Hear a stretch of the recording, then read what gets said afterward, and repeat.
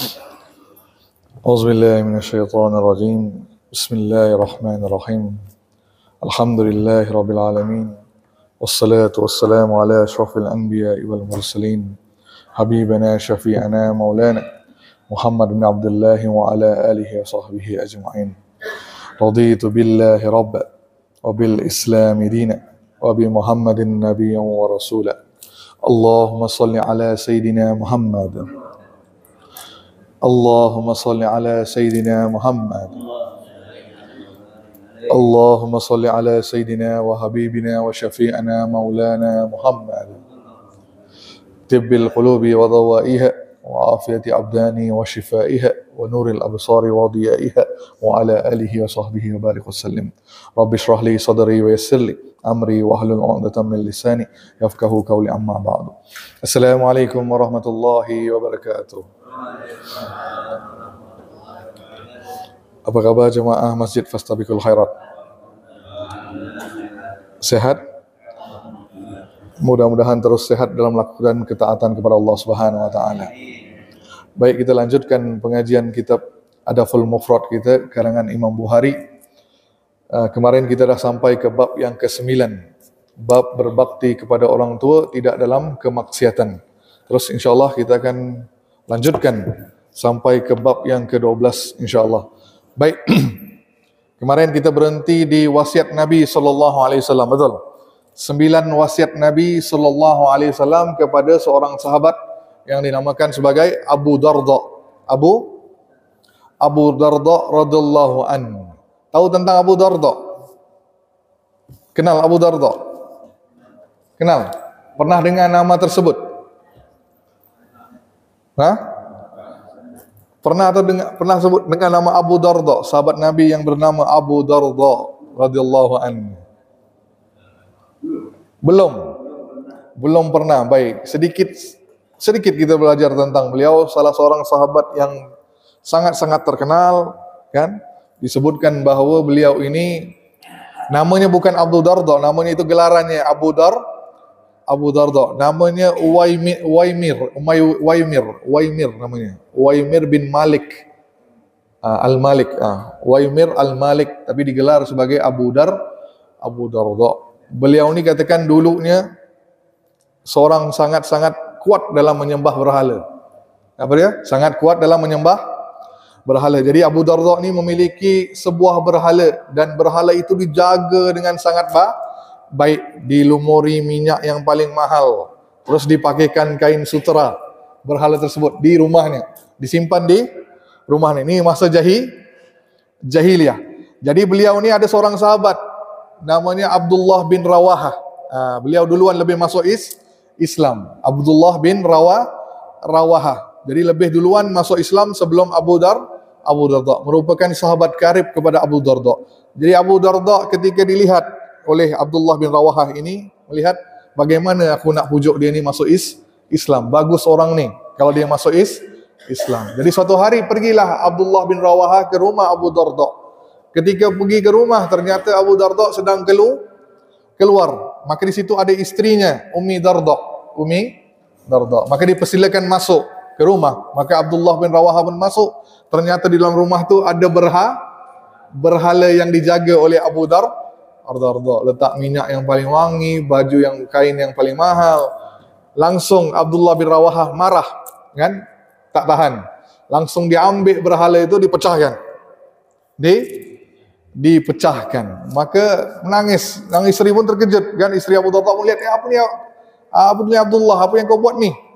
Maka dipecahkan, kemudian pergi Abdullah bin Rawahah. Jadi Abu Darda yang pulang melihat berhalanya telah dihancurkan, maka marah, sangat-sangat marah Abu Darda.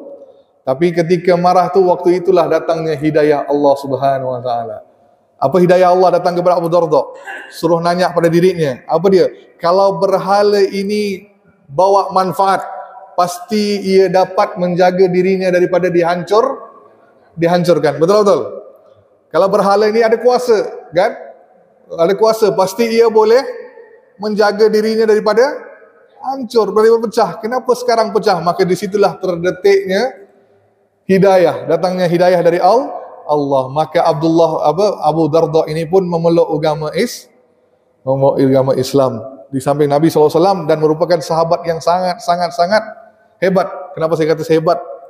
Disebutkan bahawa riwayatnya kalau beliau solat tahajud malam hari itu, solat tahajud, beliau akan minta ampunan kepada lebih 70 sahabat-sahabat yang lain. Faham tuh? Dan disebut, aku akan sebut satu persatu nama-nama sahabatku. Setelah aku mendoakan orang lain, baru aku berdoakan untuk diriku. Nih, sahabat yang mulia, Abu Darda. Satu kisah yang saya tak dapat lupakan. Ada satu kisah yang menunjukkan bagaimana hebatnya Abu Darda ini dalam membelanjakan hartanya. Kan? Satu kisah yang mana di zaman Nabi itu ada dua orang yang sedang bertelingkah, sedang bergaduh pasal tanah. Ada seorang pemuda yang yatim, anak yatim. Beliau ni ada tanah di samping rumahnya tetangganya ini ada seorang Arab Badui. Jadi anak muda yang yatim ini ingin memagari tanahnya, ingin buat pagar, menutup batasnya. Ketika dia nak buat pagar, ternyata di tengah jalan tak bisa menutup kerana di tengah-tengah batas itu ada sebuah pohon kurma milik Arab Badui. Di tengah-tengah batas letakkan. Dan anak muda ini pun nanya kepada Arab Badui ni, "Pak, tolong Pak, boleh saya potong? Supaya saya boleh buat pagar." Jadi Arab Badui ini marah. "Tak boleh. Aku hanya ada satu pohon kurma. Aku tak mau dipotong. Aku tak mau dirosakkan. Jangan kau kacau pohon kurma aku." Tapi ternyata kan dibatas, dibatas. Kan sama juga, saya pun punya hak nih ke atas batas nih. Maka dua-dua bertelingkah. Sampai anak muda ni kata, saya sanggup bayar beli pohon ini. Berapa bapak cakaplah berapa harganya. Tapi Arab Badui ini tetap tidak mau. Langsung kasus ini dilaporkan kepada Nabi sallallahu alaihi wasallam. Bila sampai ke Nabi pun cuba nawar kepada bapak tadi tu. Fulan, anak muda ni yatim. Kalau kau bantu anak yatim kan bagus, kan? Apa salahnya kau berikan pohon kurma ini kepada anak ini supaya dia boleh potong dan bina pagarnya. Maka kata Arab Badui ini, tak boleh. Ni milik aku. Aku hanya ada satu pohon kurma ya Rasulullah. Aku tidak mau memberikan pada siapa-siapa pun. Terus Nabi pun nawar lagi. Apa kata Nabi? Nabi kata, mau apa tidak? Kalau kau berikan pohon ini kepada anak ini, insya-Allah aku akan doakan kepada Allah agar nanti di syurga Allah siapkan satu pohon kurma untukmu di dalam syurga. Yang mana Nabi sebut, yang mana pohon kurma itu akan terus berbuah, tidak akan mati, malah dahannya ke dahan yang lain akan memakan masa 100 tahun perjalanan. Betapa besarnya pohon kurma di surga. Langsung apa kata Arab Badui ini? Ya Rasulullah, tak mau. Allahu Akbar. Apa dia? Aku tak mau pohon kurma di surga. Aku tetap mau pohon kurma yang ini. Allah. Lihat. Walhal dah ditawarkan akhirat, betul. Akhirat yang kekal, tapi orang tua ini tidak mahu. Langsung apa jadi? Perkataan Nabi itu didengar oleh Abu Darda. Dengar oleh siapa? Abu Darda. Ya Rasulullah, kalau ada orang beli ni, kalau diberikan pada anak ni, adakah akan dapat satu pohon kurma dari surga? Betul kata Rasulullah. Naam. Biar aku tawar-nawar dengan dia ya Rasulullah. Maka Nabi pun mengiyakan. Maka Abu Darda tawar dengan bapak tu. Apa kata Abu Darda? Fulan, kau tahu pohon kurma aku? Kata Abu Darda. Kau tahu apa tidak pohon kurma yang aku ada? Kebun kurma aku. Abu Darda ni memiliki kebun. Maka kata pakcik itu, siapa yang tak kenal kebunmu wahai Abu Darda? Kebun yang paling besar, ada lebih 600 pohon. Paling besar untuk orang Madinah. Terbesar dan paling nyaman buahnya. Maka apa kata Abu Darda? Sekarang aku nawarkan, aku akan berikan seluruh kebun aku kepada engkau, tapi syaratnya kau berikan pohon yang satu ini kepada anak ni. Langsung apa kata pakcik itu? Main-main ke apa ni? Kau gurau. Kan? Walhal kau dah ada kebun kurma yang paling besar, paling bagus. Kenapa kau nak gantikan dengan yang ini? Betul kau ni tak waras ke apa? Maka kata Abu Darda, aku tetap mau nak berikan. Nah, syaratnya kau berikan pohon itu pada anak ni. Maka langsung apa kata si pakcik itu? Boleh, tak ada masalah.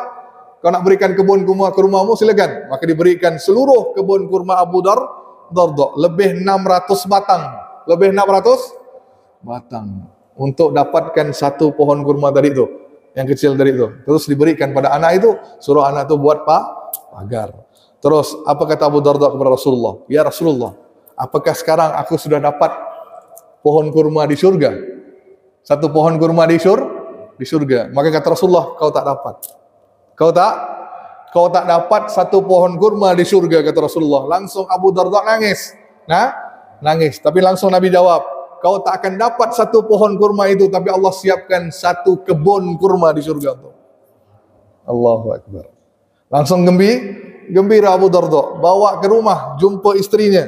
Istrinya sedang berada di kebun tadi itu, di kebun kurma Abu Darda. Langsung bilang, wahai Ummi Darda, aku dah buat satu perniagaan yang beruntung. Aku dah buat satu bisnes yang bagus. Apa bisnesnya wahai suamiku? Aku telah jual pohon kurma ini kepada Allah.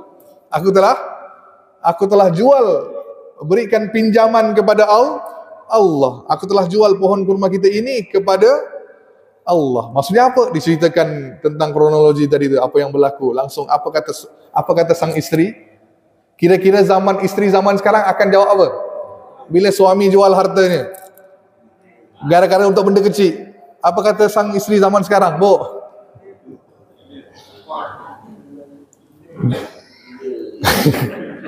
Oh, ni gila apa? Tak waras ke apa? Ada makan ubat tak kau ni? Langsung dimarahi suaminya. Apa kau pula ni? Semua kebun kita dijual untuk satu kurma itu. Walhal bukan dapat hasil pun, hasilnya di syurga. Tak tahu bila mati, bila nak nikmati kan. Sang isteri yang tidak solehah akan berkata gitu. Tapi apa kata Ummi Darda, isteri Abu Darda? Apa kata isteri Abu Darda? Luar biasa. Apa katanya? Wahai Abu Darda, inilah perniagaan yang paling beruntung. Allahu Akbar. Inilah jual beli yang paling beruntung. Selama ini kita berniaga, tidak ada untungnya. Inilah paling untung. Gembira sang isteri. Waktu itu anak-anak disuruh keluar. Anak-anak tu ada di kebun tu. Anak-anak jangan main sini. Ini dah milik orang lain. Ternyata ketika nak keluar daripada kebun itu, dalam kantong anak-anak kecil tu ada kurma. Ada kurma yang baru dipetik. Faham tak ni? Langsung apa dilihat oleh Ummi Darda. Langsung dikatakan, nak keluarkan. Ini bukan milik kita lagi dah. Lihat, luar biasa. Dikeluarkan, semua letakkan, diberikan kepada orang tua tadi itu. Ni Abu Darda, sahabat Nabi yang tidak mikir tentang dunia. Faham tak? Jadi pernah pergi ke rumah Abu Darda, kan? Sahabat pergi ke rumah, melihat, mana perabotmu wahai Abu Darda? Tak ada pun perabotmu di rumah. Apa kata Abu Darda? Aku dah siapkan perabot di surga. Aku dah gantikan dengan perabot di surga. Maksudnya semua tu dah diberikan ke jalan fi sabilillah. Allahu Akbar. Ni kisah tentang Abu Darda. Maka dalam bab yang ke-9, berbakti kepada orang tua tidak dalam kemaksiatan yang kemarin kita bahaskan separuh. Apa kata Abu Darda? Aku pernah diwasiatkan kepada Nabi SAW. Aku pernah terima wasiat daripada Nabi tentang 9 hal. Kita dah bahaskan beberapa tadi. Saya lanjutkan. Yang pertama saya ulang. Jangan menyekutukan Allah dengan sesuatu pun. Sekalipun nyawamu diancam, sama ada kau akan dibunuh ataupun dipenggal kepala, baik dibakar. Faham tak? Ini yang pertama wasiat Nabi. Jangan kau pernah mensyirikkan Allah dengan sesuatu pun, walau nyawamu terancam. Terancam di sini kata Nabi, baik kepalamu dipenggal ataupun kau dibakar. Dan kita pun dengar kisah ashabul kahfi, ashabul Ukhdud. Orang yang gali parit, kisah tu. Kan kita dah belajar kemarin. Itu kisahnya. Lanjutkan. Terus, jangan pernah meninggalkan solat secara sengaja. Siapa yang meninggalkan solat dengan sengaja, maka jaminan akan terlepas daripada jaminan Allah Subhanahu wa taala. Jadi jaminan di sini apa maksudnya? Apa maksud jaminan Allah akan terlepas? Apa maksudnya? Maksudnya Allah kalau dia jaminan Allah ni maksudnya kalau dia masih hidup, Allah akan berikan dia keberkahan dalam rezeki. Allah akan mencukupkan hidupnya di dunia. Kalau dia meninggal, dia akan masuk dalam syurga. Itu jaminan Allah. Tapi kalau ada orang yang meninggalkan solat dengan sengaja, solat 5 waktu, maka dia akan terlepas daripada jaminan Allah, terlepas daripada jagaan Allah. Makanya saya suka kalimat Sayyidina Umar. Apa kata Umar? Kalau kau bisa abaikan solat, maka jangan hairan kalau Allah abaikan amal yang lain, perkara yang lain. Faham tak? Faham tak? Jika ada seorang yang abaikan solat, maka Allah akan abaikan dia adalah hal yang lain.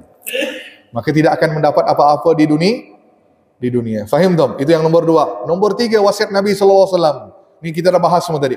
Jangan sekali-kali minum khamar. Karena khamar itu adalah ibu segala maksiat.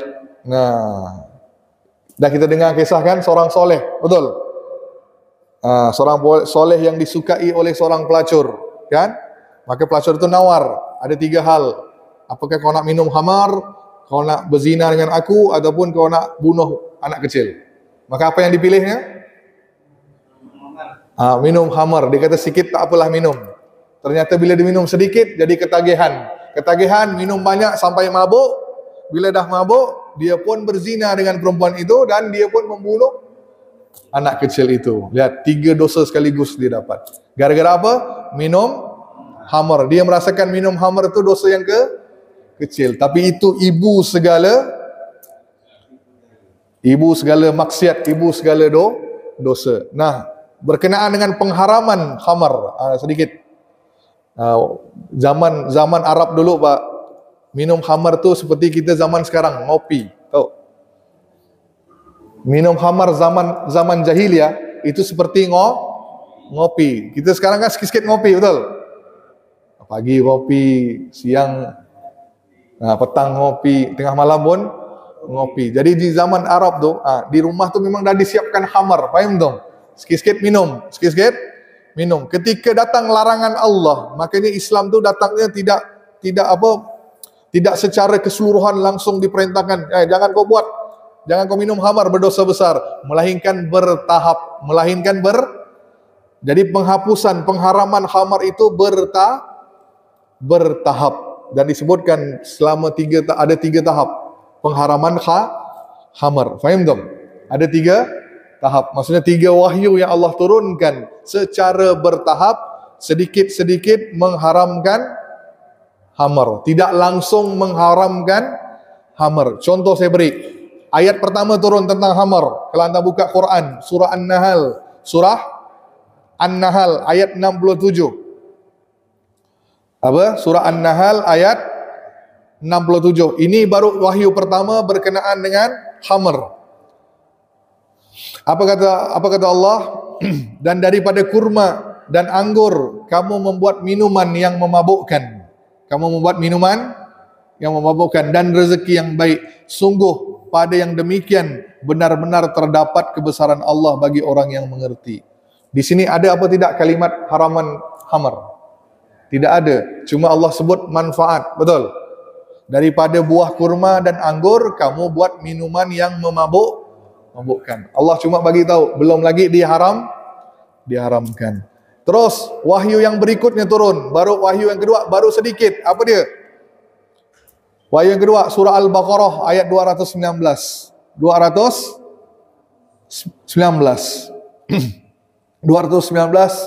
Wa yas'alunaka madza yunfiqun qulil kadzalika yubaddilullahu lakumul ayati la'allakum tatafakkarun. Pada mereka bertanyakan tentang khamar dan judi, katakan pada keduanya terdapat dosa besar dan beberapa manfaat bagi manusia, tetapi dosanya lebih besar daripada manfaat. Sudah diharamkan ke belum? Belum. Ayat ni belum. Allah cuma kata dalam khamar itu ada dosa, ada baiknya, ada buruknya. Faham tak? Ada baik, ada buruk. Tapi buruk itu lebih banyak daripada manfaat yang kita dapat daripada minum khamar. Baru Allah belum larang. Belum larang. Baru Allah cerita tentang kejelekan khamar. Terus wahyu yang ketiga. Nah, wahyu yang ketiga baru Allah larang sedikit. Apa kata Allah? Nah, maka orang Muslim waktu itu dah masuk Islam tapi tetap minum khamar. Malah terjadinya apa? Tengah solat, kan? Mabuk, nampak cewek jalan, ditarik tangannya. Tengah solat nih.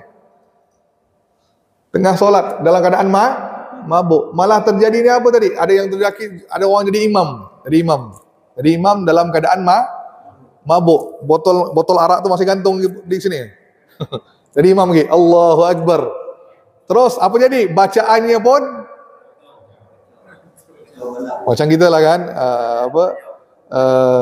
Qul ya ayyuhal kafirun la a'budu ma ta'budun wa la antum a'biduna ma a'bud wa la ana a'budu ma abadtum wa la antum a'biduna ma a'bud wa la ana a'budu ma abadtum lakum dilukum tak jumpa-jumpa. Faham dong? Jadi apa? Dah tercelaru, ayatnya pun dah salah. Kenapa? Dalam keadaan mabuk. Maka datang tahap yang ketiga, wahyu Allah. Apa kata Allah dalam surah An-Nisa, ayat 43. Apa kata Allah? Ya ayyuhallazina amanu la taqrabus salata wa antum suqara hatta ta'lamu ma taquluna. Nah, ya ayyuhallazina amanu, kan? Wahai orang beriman, jangan la taqrabus salat. Jangan kamu mendekati solat ketika kamu dalam keadaan mabuk sampai kamu sedar tentang apa yang kamu ucapkan. Sudah dilarang apa belum? Sudah. Tapi larangnya baru sedikit. Maksudnya apa? Waktu solat jangan minum khamar. Di luar solat silakan. Ayat ketiga. Ayat keempat baru total nih. Baru total diharamkan. Surah Al-Maidah ayat 90. Ayat 90 surah Al-Maidah. Ya ayyuhallazina amanu innamal khamru wal maisuru, kan? Wa ansabu wal azlamu rijsum min amali syaitani fajtanibuhu la'allakum tuflihun. Wahai orang beriman, kan? Innamal khamru wal maisiru, minuman keras dan juga judi, kan? Jangan kamu sesungguhnya minuman keras dan berjudi dan mengundi nasib dengan anak panah adalah perbuatan yang keji dan termasuk perbuatan syaitan. Maka langsung Allah kata apa? Maka jauhilah perbuatan-perbuatan tersebut agar kamu beruntung. Nih ayat total mengharamkan khamar. Nah, baru bila dengar langsung orang yang ada khamar di rumah tuh semua tuang khamar tadi yang ada di rumah di tengah jalan. Disebut dalam riwayat bahwa pada hari itu seluruh tanah di Madinah, jalan Madinah itu bertukar warna merah. Gara-gara apa? Semua arak yang dah dituangkan di jalan. Allahu Akbar. Ini dia pengharaman khamar bertahap. Maka sekarang saya nanya nih situasi. Kalau ada orang minum khamar tapi dia minum sedikit tak mabuk, kira-kira dosa apa tidak? Dosa apa tidak? Hah? Kenapa tidak? Kenapa dosa? Sebab tak kisah kamu minum sedikit ke, banyak ke, mabuk ke, tidak mabuk ke, khamar tetap haram. Faham dong? Kan ada istilah, Ustaz, kalau saya minum khamar ni untuk pengobatan. Contoh wine. Kan ada orang barat katakan, minum wine sedikit tu bagus untuk jantung. Sedikit. Boleh apa tidak? Haram. Haram tetap haram. Tidak bisa dirubah. Faham dong? Tidak bisa dirubah hukum Allah. Ingat nih. Makanya bukan hanya orang yang minum, maka Nabi sebut di sini. Dengar baik-baik. Nabi melaknat khamar dalam 10 hal. Apa 10 hal nih? Rasulullah melaknat orang-orang yang terlibat dalam khamar. 10 hal. Yang memerasnya, yang mengambil hasil perasannya, yang meminumnya, yang mendistribusikannya, yang memesannya, yang menuangkannya. Allah. Yang menjualnya, yang memakan hasil penjualannya. Allahu Akbar. Dan yang membeli secara langsung. Semua ini dosa besar. Kita tak minum, jual. Haram. Kita tak minum, tuang ya, tolong tuang. Tolong tuang. Itu pun haram. Fahim dong? Fahim dong? Maka berhati-hati dengan khamar. Baik, saya lanjutkan. Yang keempat, pesanan Nabi, wasiat Nabi SAW, taatilah kedua orang tuamu, sekalipun keduanya menyuruhmu untuk menyerahkan duniamu, maka serahkanlah kepada keduanya. Apa maksud Nabi SAW? Taati orang tua kita, walaupun orang tua kita suruh tinggalkan dunia. Faham tak ni?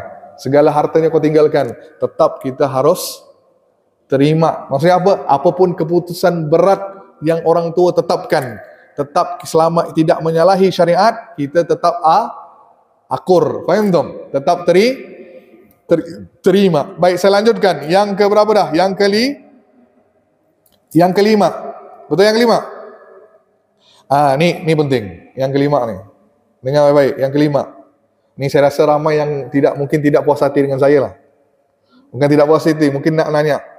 Jangan menentang penguasa sekalipun engkau dalam kebenaran. Apa dia? Jangan menentang penguasa walaupun engkau dalam keadaan benar. Maksudnya jangan menentang tu apa maksud sini? Jangan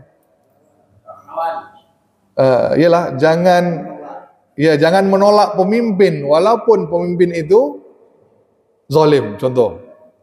Gimana Pak Ustaz? Ni kan masih ada yang nanya ni. Ada yang nanya ni. Baik dengar. Kan ada ayat Quran, atiullah wa atiur Rasul wa ulul amri minkum. Ayat tu dah beri petunjuk untuk kita. Apa kata Allah? Atiullah, taat Allah. Terus wa atiur Rasul, taat Rasul. Wa ulul amri, dan pemimpin di kalangan kalian. Tapi di kalau anda melihat ayat itu menariknya apa kata Allah? Allah tidak kata atiur ulil amri, betul? Taat pada pemimpin, tak ada. Apa kata Allah situ? Atiullah, taat Allah. Atiur Rasul. Terus Allah sambung, wa ulul amri minkum. Di situ maksudnya apa? Taat pada pemimpin yang mentaati Allah dan Rasul. Faham tak? Maksudnya apa? Kalau Allah kata atiur ulil amri, taat pada pemimpin, antum boleh taat pada dia dalam keadaan dia zalim. Dia tak taat pada Allah pun antum harus taat. Walaupun dia buat salah, suruh kita buat salah, tetap kita pun harus taat. Makanya Allah tidak sebut atiur ulil amri, tapi Allah sebut atiullah wa atiur Rasul. Taat Allah dan taat Rasul dan ulil amri. Maksudnya apa? Selama ulil amri kita, penguasa kita, pemimpin kita itu dalam keadaan mentaati Allah dan Rasulnya, maka wajar kita ikut. Tapi ada juga hadis Nabi seperti kata tadi, walaupun pemimpin kita zalim, jangan menentang mereka. Contoh ni, saya tak mau taat pada pemerintahan ini sampai dia ikut Allah dan Rasulnya. Tak bisa. Tak bisa untuk berkata begitu. Tetap harus taat. Taat dalam hal apa? Bukan dalam hal maksiat. Kalau dalam maksiat, Nabi kata apa? Jangan kau taati pemimpinmu kalau pemimpinmu suruh untuk maksiat. Tapi pemimpin ni zalim, tapi dia suruh benda yang baik. Ikut apa tidak? Ikut. Selama tidak melanggar syariat. Terus ada yang nanya, Ustaz, salahlah Ustaz. Kenapa tak boleh? Sebab Nabi kata apa? Kalau kau menentang pemimpin yang zalim, apa jadi? Masalahnya makin besar ke makin kecil? Akan terjadi kerosakan lebih besar ke kecil? Besarlah, memperontakkan, merosakkan. Faham tak? Makin besar. Maka ulama berpendapat, maka taat pada pemimpin walaupun dia menyakiti punggung kita, menyeksa rakyatnya, taat. Tapi dalam hal yang ma'ruf, hal yang baik. Tapi kalau disuruh minum khamar ramai-ramai, taat apa tidak? Tak usah taat. Kan Ustaz, salah lah Ustaz. Nah, maka di sini dengar baik-baik. Saya suka sebut yang bawakan Sayyidina Ali. Cerita tentang Sayyidina Ali. Salah siapa yang pilih pemimpin? Salah siapa? Siapa yang pilih? Nah, adakah wajar betul kalau antum salahkan pemimpin saja, tak nyalahkan rakyatnya? Betul-betul. Makanya zaman Sayyidina Ali, saya beri contoh nih, mudah nih, supaya antum faham. Apa dia? Zaman Sayyidina Ali kan terjadi, waktu beliau jadi khalifah, terjadi banyak fitnah, betul? Sampai orang Islam bergaduh sesama sendiri, sampai terjadinya perang besar, betul-betul? Zaman Khalifah Ali, nah, jadi Islam ni kucar-kacir, maka rakyat dia nanya, "Hei Ali, kenapa waktu zaman Nabi merintah, zaman Abu Bakar merintah, zaman Umar memerintah, tak ada pun pernah terjadi fitnah seperti ini. Kenapa negara kita tak pernah kacau? Tapi ketika kau jadi pemimpin, kenapa negara kita kacau?" Maka lihat apa jawaban Sayyidina Ali. Betul, dia kata benar, benar. Apa yang kau kata tu benar wahai fulan. Tapi kau dengar baik-baik, apa kata Ali, Sayyidina Ali? Zaman Nabi memerintah, zaman Abu Bakar memerintah, zaman Umar memerintah adalah mereka sebagai pemimpin dan rakyatnya adalah orang seperti aku.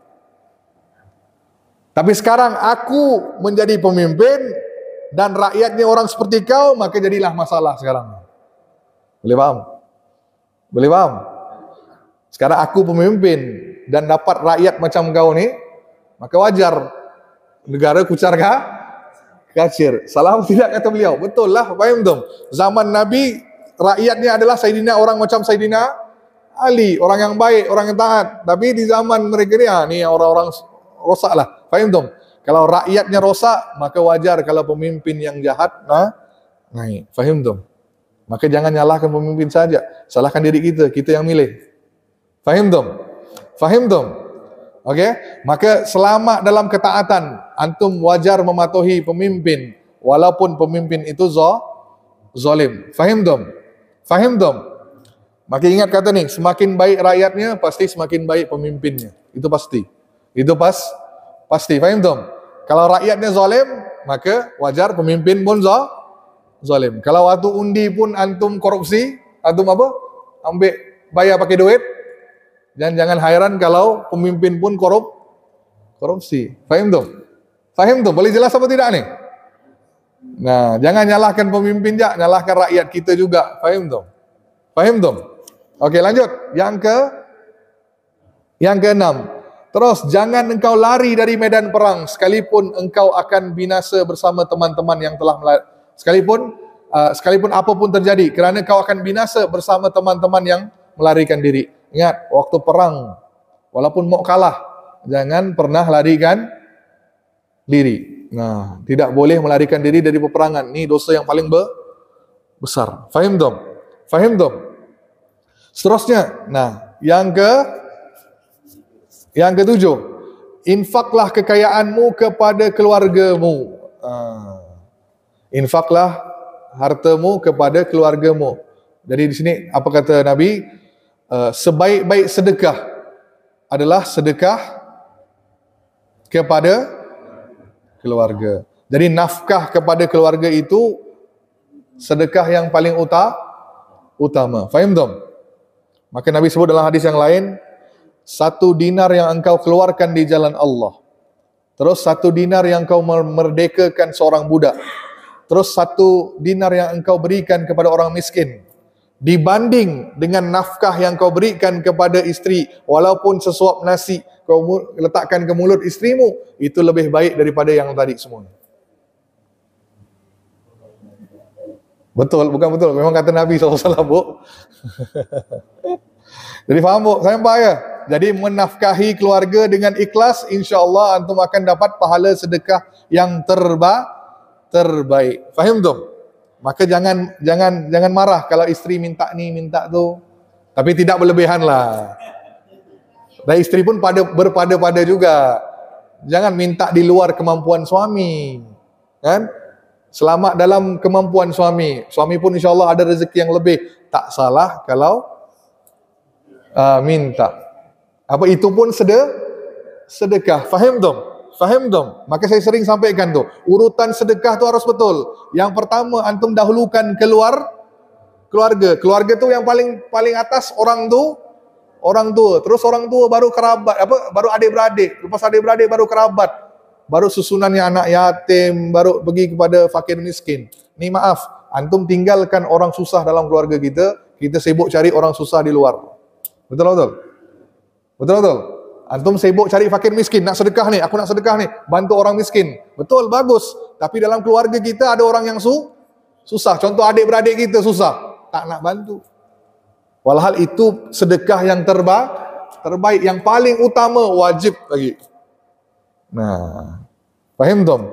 Jadi jangan salah meletakkan urutan untuk bersedekah. Selain lanjutkan, baik.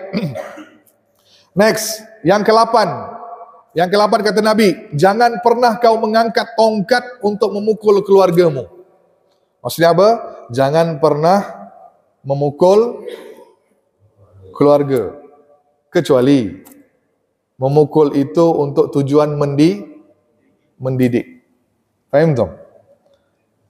Dari dalam Islam tu tak boleh pukul. Tak boleh pukul. Tak ada istilah antum mukul. Apalagi di wajah. Di wajah ni lah Islam paling larang. Malah Islam kata apa? Waktu perang, jangan kau mukul lawan di muka. Kenapa? Nabi kata waktu kau perang, jangan pukul orang di wajahnya. Jangan langsung antum ke wajahnya. Kenapa? Sebab wajah ni yang paling mulia dari segi penampilan, betul? Wajah ni lah tempat orang melihat kita, betul? Maka Nabi kata jangan sampai antum melukai orang di wajah ni.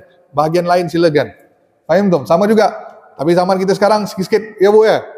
Namparnya ke mana? Pipi. Islam tak ada izinkan gitu. Faham tu? Antum boleh mukul, tapi pukulan itu tidak boleh di wajah ataupun tidak boleh membekas. Pukulan yang tidak membekas. Macam mana Ustaz pukulan yang tak membekas? Nah, fikirlah macam mana. Tidak boleh sampai ke tubuhnya, sampai mengancam nyawanya, tak boleh. Pukul setengah mati yang tak ada. Contoh ni, maka Nabi kata pukul. Contoh dalam hal. Nabi kata apa? Ketika usia anak itu 7 tahun, maka perintahkan mereka untuk solat. Tapi ketika dah usia 10 tahun, mereka tidak mau solat, maka pukul. Pukul bukan nampar anak. Ini solat kau ni, nampar. Tak ada. Faham tak? Saya beri contoh. Selain wajah, pukulnya di bahu ke, rotan di belakang, di punggung ke, kaki ke. Nah, tempat yang tidak berat, di dada sini nak boleh, dekat perut nak boleh. Faham tak? Faham tak? Jelas ya? Apalagi dengan isteri. Tak ada antum main nampar-nampar je. Ya, main tangan. Bu ya. Ada suami di sini yang buat gitu? Ada? Mana dia? Siapa dia? Dah balik dah? Orang mabuk. Saya lihat bapak-bapak sini baik semuanya. Di sini semuanya, Allah, bapak-bapak ni saya rasa boleh masuk geng takut isteri lah. Tak adalah. Semua-semua insya-Allah baik-baik semua. Semua suami-suami yang misali. Suami yang misali insya-Allah. Baik, dan yang terakhir, apa kata Nabi sallallahu alaihi wasallam? Apa kata Nabi SAW? Dan buatlah mereka takut kepada Allah. Buatlah mereka takut kepada Allah. Maksudnya apa? Menasihati anak dan keluarga agar bertakwa kepada Allah Subhanahu Wa Taala. Itu 9 wasiat Nabi kepada Abu Darda. Baik, saya lanjutkan bab yang ke-10. Bab yang ke-10. Orang yang sempat berjumpa dengan orang tuanya tapi tidak masuk dalam syurga. Apa dia? Orang yang sempat berjumpa dengan orang tuanya tapi tidak masuk syurga. Khalid bin Makhlad menyampaikan kepada kami, ia berkata, Sulaiman bin Bilal menyampaikan kepada kami, ia berkata, Suhail menyampaikan kepada kami dari ayahnya, dari Abu Hurairah radhiyallahu an, dari Nabi SAW, baginda bersabda, celaka dan celakalah. Para sahabat nanya, ya Rasulullah, siapa yang celaka? Maka Nabi sampaikan, seseorang yang sempat berjumpa dengan kedua orang tuanya pada masa tuanya, ataupun salah seorang daripada mereka, tapi ia dalam keadaan masuk dalam neraka. Maksudnya, seorang anak yang berbakti kepada orang tuanya ketika usia orang tua itu dalam masa tua, ataupun dia masih sempat hidup bersama dengan salah seorang. Contoh, bapaknya masih hidup, maknya meninggal, atau maknya masih hidup, bapaknya meninggal, dan anak ini tidak berbakti pada orang orang tua yang dah lanjut usia tadi, maka ia akan masuk dalam neraka Jahannam. Faham tak? Jadi Nabi di sini menyampaikan kepada kita bahawa peringatan bahawa besar hukumannya kepada anak yang tidak menjaga orang tua ketika usia mereka dah lanjut. Dan memang saya sendiri pengalaman peribadi, memanglah bila orang tua kita dah lanjut usia, nak jaga mereka tu memang berat, betul? Betul? Kan berat, banyak kerenahnya, cepat tersinggung, kan? Suka merajuk. Jadi memang saya pun sebagai seorang anak, saya masih, orang tua saya dah 70 tahun, kan? Mak umi saya masih hidup.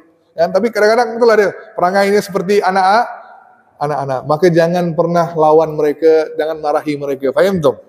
Faham tak? Nah, ingat waktu kecil macam mana kita dengan mereka. Ada tak marah? Kita betapa banyak perangai lah kita kan waktu kecil. Tak nak makan, tak nak apa, suruh pakai baju lari kan, suruh mandi tak mau, kan? Contohlah kan. Sampai anak kita, mak kita nak suap nasi pun kita masih kan lari ke mana-mana. Cuba ingat, seperti itu juga orang tu harus dijaga. Faham tak? Faham tak? Faham tak? Jadi selama mereka masih hidup, tetap berbakti kepada orang tua. Dan yang paling penting, ni bab yang ke-12. Okey, bab yang ke-11. Bab orang yang berbakti akan Allah tambahkan umurnya. Ini pasti. Apa kata Nabi SAW? Nabi bersabda, sungguh beruntung orang yang berbakti kepada kedua orang tuanya. Allah akan memanjangkan umurnya. Jadi salah satu kelebihan antum berbakti kepada orang tua, dengan bakti kepada orang tua tadi, Allah akan memanjangkan usia kita. Atas izin Allah Subhanahu wa taala. Terus bab yang ke-12. Nah, ni kita bahaskan. Tidak boleh memohon ampunan untuk orang tua yang musyrik. Dengar baik-baik. Tidak boleh, bab ke-12, tidak boleh memohon ampunan kepada orang tua yang musyrik. Saya bacakan hadisnya. Ishaq menyampaikan kepada kami, ia berkata, Ali bin Husain mengabarkan kepada kami, ia berkata, ayahku menyampaikan kepadaku dari Yazid An-Nahwi, dari Ikrimah, dari Ibnu Abbas radhiyallahu an, kan, tentang firman Allah, jika salah seorang di antara kalian atau keduanya sampai lanjut usia dalam pemeliharaan, maka jangan sekali-kali kamu mengatakan kalimat ataupun kan, sebagaimana mereka mendidik aku sebagaimana kecil. Itu ayat Quran. Terus ayat ini telah digantikan, kata Ibnu Abbas. Digantikan dengan apa? Tidak sepatutnya, surah At-Taubah ayat 113. Tidak sepatutnya bagi Nabi atau orang-orang beriman meminta ampunan kepada Allah bagi orang-orang yang musyrik. Walaupun orang musyrik itu adalah kaum kerabatnya. Sesudah jelas bagi mereka bahwasanya orang-orang musyrik adalah penghuni neraka Jahannam. Baik. Di sini kan kita diperintahkan untuk mohon ampunan untuk orang tua kita, betul? Betul? Betul? Nah, kita diperintahkan untuk sentiasa berdoa kepada orang tua kita. Tapi kalau di sini pertanyaannya, kalau orang tua itu musyrik, boleh apa tidak kita doakan mereka?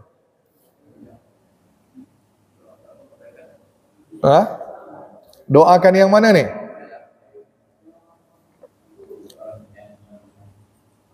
Maka saya teringat kisah Nabi Ibrahim dengan ayahnya Azar. Tahu kan? Nabi Ibrahim dengan ayahnya Azar. Ayahnya Azar ni seorang pembuat berhala. Faham tak? Walhal Nabi Ibrahim tak pernah ikut ajaran Nabi Ibrahim. Ada yang berbahas, ulama selisih pendapat bahawa itu bukan ayah kandung Nabi Ibrahim. Ada juga pendapat ulama, ada yang kata itu bapa saudaranya, paman, pakcik kepada Nabi Ibrahim. Tapi di sini apa kata Nabi Ibrahim? Ketika ayahnya tahu memang orang yang musyrik, tidak menerima ajaran Nabi Ibrahim. Tapi Nabi Ibrahim sentiasa berdoa. Apa doanya? Surah Maryam ayat yang ke-47. Ini doa Nabi Ibrahim. kepada ayahnya. Apa dia katanya? Qala salamun alaik, sa'astaghfiru laka rabbi, innahu kana bi hafiya. Dia Nabi Ibrahim berdoa, semoga keselamatan dilimpahkan kepadamu. Kepada siapa? Kepada bapaknya. Aku memohon ampunan bagimu kepada Tuhanku, dan sesungguhnya Allah sangat baik kepada aku. Jadi Nabi Ibrahim kata kepada bapaknya, aku akan minta ampun. InsyaAllah Allah akan kabulkan doa. Ayat yang lain, surah Asy-Syu'ara, surah ke-26, ayat ke-86. Waghfir li abi innahu kana minadh zalilin. Waghfir li abi innahu kana minadh zalin. Dan ampunilah ayahku ya Allah, sesungguhnya dia termasuk orang yang sesat. Nah, jadi Nabi Ibrahim sentiasa berdoa kepada Allah, minta diampuni dosanya. Tapi lihat apa jawaban Allah, surah yang kita bacakan tadi, surah At-Taubah ayat 113. At-Taubah, ma kana lin-nabiyyi wallazina amanu ayyastaghfiru lil musyrikina walau kanu ulil qurba min ba'di ma tabayyana lahum annahum ashabul jahim. Tidak pantas seorang nabi dan orang-orang beriman memohon ampunan kepada orang-orang musyrik sekalipun mereka itu kerabatnya, setelah jelas bahawa orang-orang musyrik penghuni neraka Jahannam. Baik. Sekarang, boleh apa tidak kita doakan non-muslim? Tukar dulu soalannya. Doakan non-muslim, boleh apa tidak? Non-muslim. Baik, sekarang dengar baik-baik. Ada banyak jenis doa, kan? Mendoakan orang kafir ni ulama perincikan kepada 4 jenis doa. Yang pertama, mendoakan agar mereka mendapat hidayah. Apa dia? Mendoakan mereka mendapat hidayah. Ijma' ulama sepakat boleh.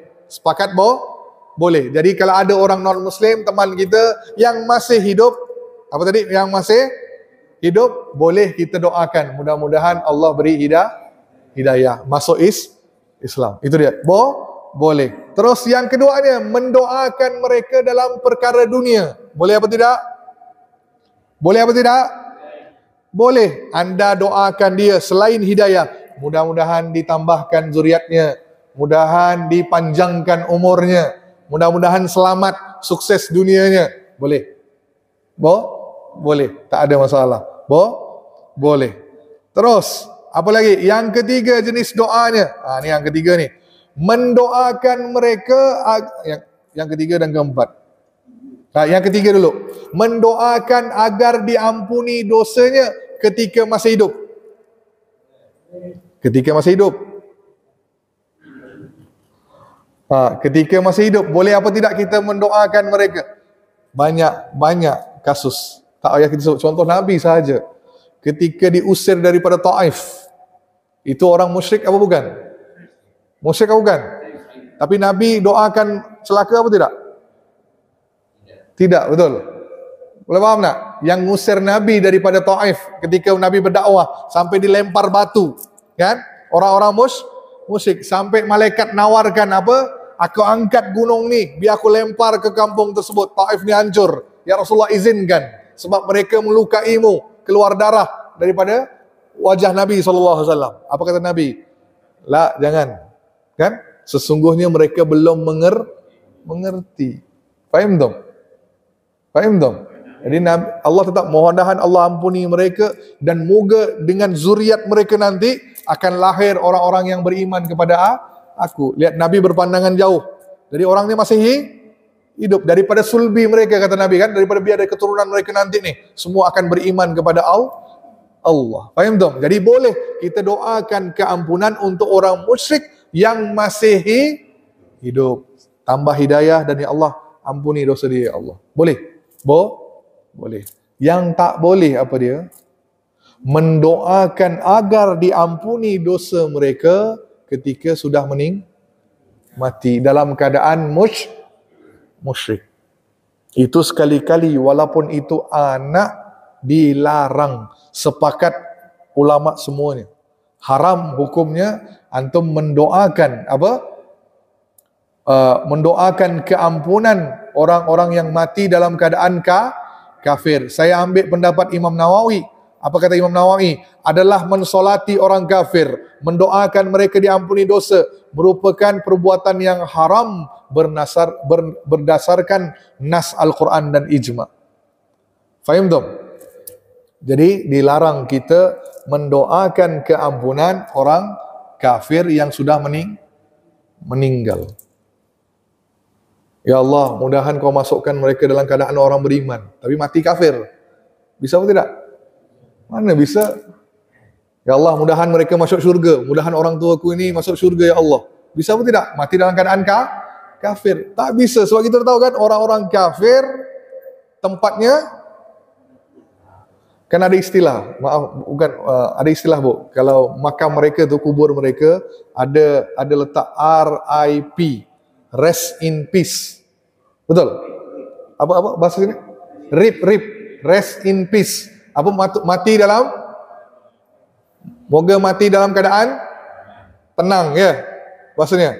Tapi sepatutnya ditukar. Bukan rest in peace, letak RIP, RIF, rest in fire. Rest in, semoga berehat di dalam neraka jahanam. Beliau betul. Maksudnya apa? Orang kafir yang dah meninggal dalam keadaan musyrik, maka tempat mereka pasti neraka jahanam. Tak ada tawar-menawar. Faham tak? Walaupun tadi si anak Muslim mau mendoakan orang tuanya, boleh ketika masih hidup. Contohnya Abu Hurairah, ada mak Abu Hurairah ni. Abu Hurairah masuk Islam, maknya tak masuk Islam, malah mencaci Abu Hurairah, caci Nabi lagi. Tapi apa kata Abu Hurairah? Nabi kata tetap mudah-mudahan Allah beri hidayah, ampuni dosa-dosa ibu Abu Hurairah. Nabi doakan gitu. Maksudnya apa? Boleh kita doakan ketika mereka masih hidup. Tapi kalau dah meninggal dunia, minta dikurangi seksa, minta diampuni, itu tidak mungkin. Haram. Jelas ya? Bukan lagi makruh, haram kita mendoakan orang-orang yang sudah meninggal dalam keadaan kafir. Tak boleh mendoakan mereka lagi dah. Jadi gimana Ustaz? Gimana sekarang ni?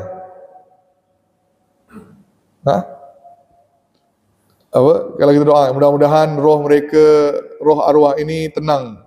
Bisa tenang tak di dalam kubur?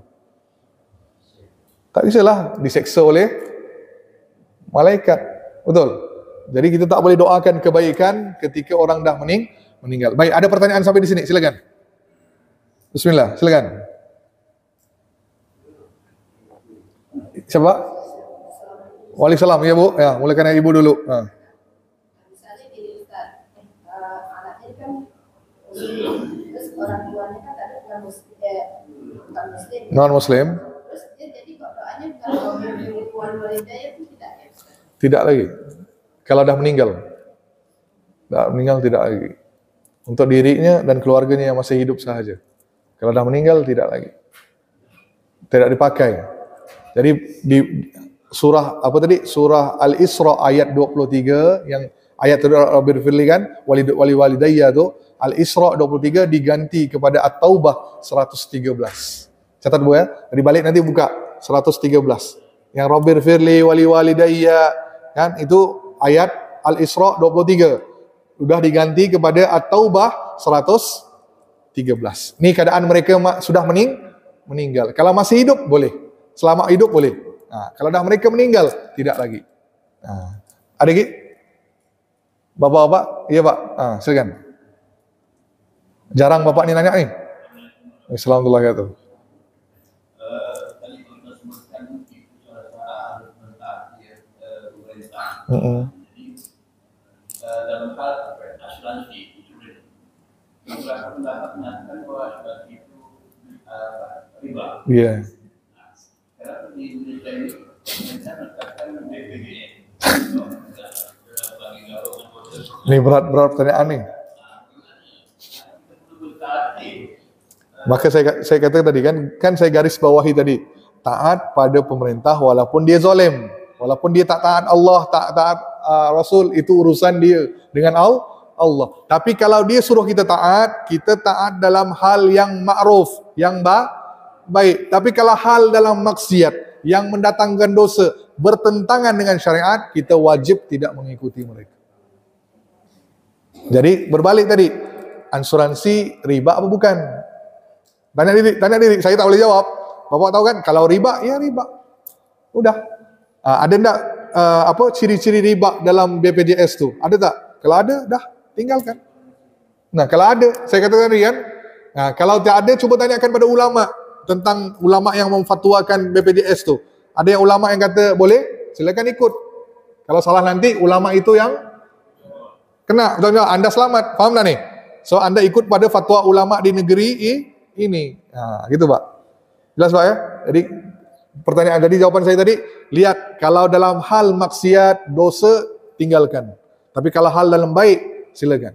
Ikut pemimpin, tak ada masalah. Ya Pak ya? Mudah-mudahan jawab pertanyaan. Dijawab? Udah?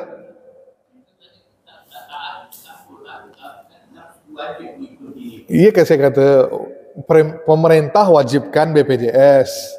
Kita sebagai Muslim lihat apa itu dalam Islam riba apa bukan? Ada enggak unsur ribanya? Kalau tak ada, silakan lanjut. Kalau ada, kalau kita masih ragu nih, nanya ulama tadi tu, ulama yang fatwakan tadi tu. Pasti ada fatwa ulama MUI ke mana-manalah. Nah, lihat apa fatwa pandangan ulama. Kalau ulama kata boleh, boleh. Kalau ulama kata tak boleh, tak boleh. Itu tidak berarti kalau kita tak ikut BPJS, kita menolak pemerintah lah, bukan. Nah, menolak dalam hal maksiat. Nah, gitu Pak. Sip. Ada lagi? Lanjut. Ada? Pak Hidayat? Udah. Ibu, ada lagi, Bu? Oke, sip. Semua dah ya? Oke, itu saja. InsyaAllah bulan pula. Nanti minggu depan lanjutkan lagi bab yang ke-13. Wabillahi taufik walhidayah. Assalamualaikum warahmatullahi wabarakatuh. Tutup dengan tasbih kafarah. Subhanallah bihamdika asyhadu an la ilaha illa anta astaghfiruka wa atubu ilaik.